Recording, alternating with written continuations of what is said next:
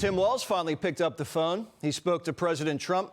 Governor Tim Walz called me with the request to work together with respect to Minnesota. It was a very good call, and we actually seem to be on a similar wavelength. Walz, a lame duck, under investigation over Somali fraud and under intense pressure from the Minnesota business community.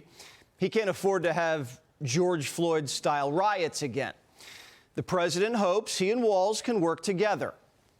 It is President Trump's hope and wish and demand for the resistance and chaos to end today. That's why President Trump spoke with Governor Walz directly this morning, and he has outlined a clear and simple path to restoring law and order in Minnesota. We hope Governor Walz will do the right thing.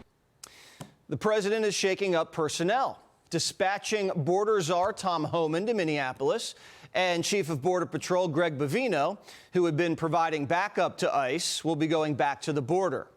The administration is looking for calm and cooperation after a deadly altercation Saturday. ICE was zeroing in on a foreign fugitive from Ecuador, wanted for domestic assault, when anti-ICE agitators pinned agents down in a narrow street. Border Patrol was attempting to remove the mob when a guy with a concealed gun physically confronted Border Patrol and resisted arrest. Viewer warning, this is graphic.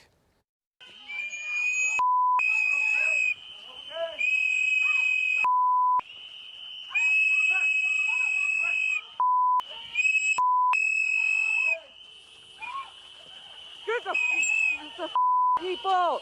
The is wrong with you? Honestly!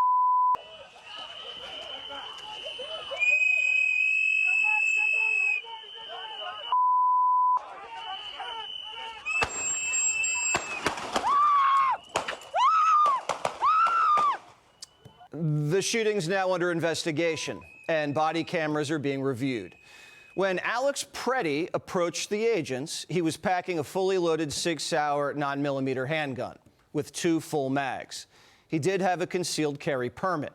Reports say he did not have an ID on him, and we don't know whether he alerted officers that he was carrying, which is what everybody with a concealed carry permit is instructed to do when encountered by law enforcement.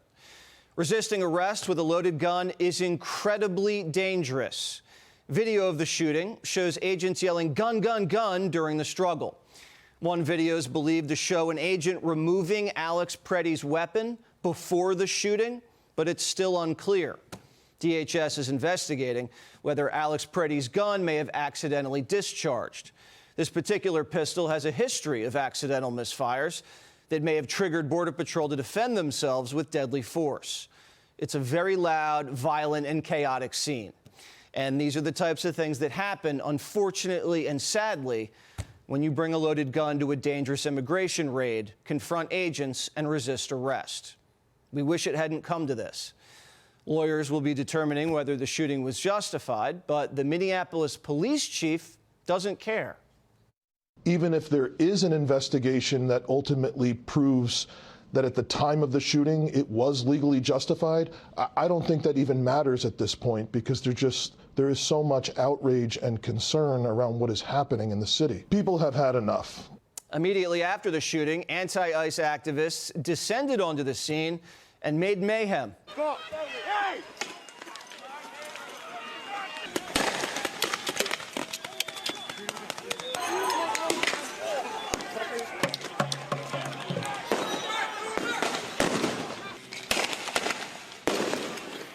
Some protesters seem to have a death wish. Watch. The kid, shoot us in the face! Shoot me in the head! Why don't you shoot me in the head? You cowards! You're cowards! I'm right here! Kill me! These aren't your run-of-the-mill, mostly peaceful protesters. One of them bit an immigration agent's finger off, like a cannibal. And last night, broke into the hotel where agents were sleeping.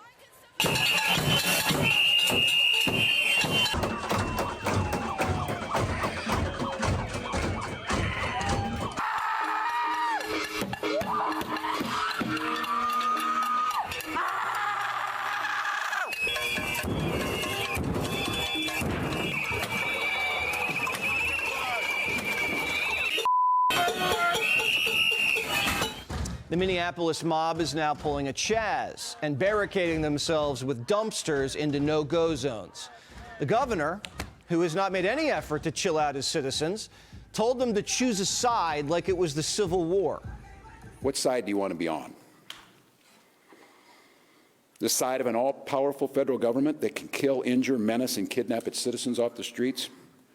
Or on the side of a nurse at the VA hospital who died bearing witness to such government? Or the side of a mother whose last words were, "I'm not mad at you"? Walz even framed immigration police as Nazis. Listen. We have got children in Minnesota hiding in their houses, afraid to go outside. Many of us grew up reading that story of Anne Frank. Somebody's going to write that children's story about Minnesota. And there's one person who can end this now. The Holocaust Museum told Walz to pipe down and stop exploiting the genocide. Illegal aliens aren't Jews. The governor needs some accountability. He's been in open rebellion against the federal government for over a month. He's called immigration police Nazis, Gestapo, told his base to get in their face and to kick him out of the state. He's activated a Minnesota insurgency. Agents have been rammed with cars, kicked, punched, spit on, trapped.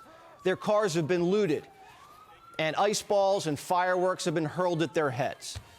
They've stormed into churches and injured and doxxed dozens of officers. This insurgency is more sophisticated than you think, and it relies on a supportive local population. Definitely does feel organized to me, and I think you can tell these people are well connected. They are in communication with each other, and they are giving them instructions. This happened all so quickly. People knew where to go, and they are taking commands. This is an organized movement here. There's communication, there's food, there's notices, there's notifications. They got out here in a hurry, and they outnumber this police force probably by about 10 to 1 at this point. These people are giving aid and comfort to foreign criminals. They're aiding and abetting foreign nationals escaping from justice. They're on encrypted messaging apps, sending each other specific coordinates all day and night. And like jihadists, their leaders don't care if they die. Independent journalist Cam Higbee obtained a video of orders being sent out. Watch this.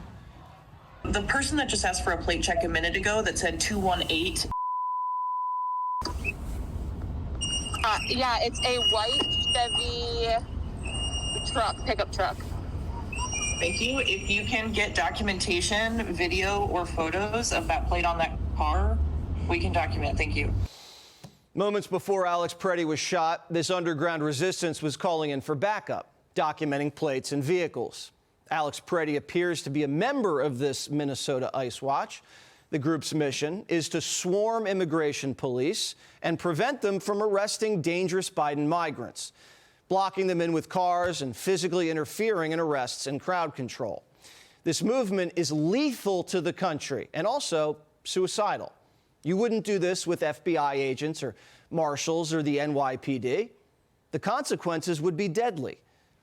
Renee Good and Alex Pretti would be alive if Minnesota would stop attacking the Trump administration for doing what voters put him in to do.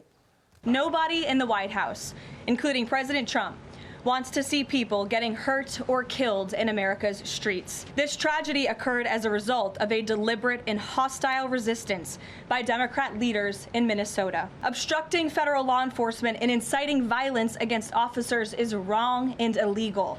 What's happening in Minnesota isn't happening anywhere else. Texas, Florida, Georgia, Arizona, Missouri, they're all cooperating with the feds. Local law enforcement's detaining bad hombres, and the feds are scooping them up and sending them home. Even raids in other states are conducted in coordination with the locals, who provide crowd control and backup and intel. It's just in Minneapolis and a little bit in Portland, Chicago, and LA, where there's violent resistance, all sanctuary cities. But Keith Ellison's saying they're behaving. ICE needs to do its job that it is paid to do. We're asking ICE to do its job as we do ours. Nobody in Minnesota is interfering with them. That's a lie. Only Minnesota state prisons hand over criminal aliens, and that's only after they're convicted and serve sentences. City and county jails don't cooperate at all. They're just releasing criminal aliens back out onto the streets, and it forces ICE to do these dangerous manhunts without backup. So they have to bring in Border Patrol for backup.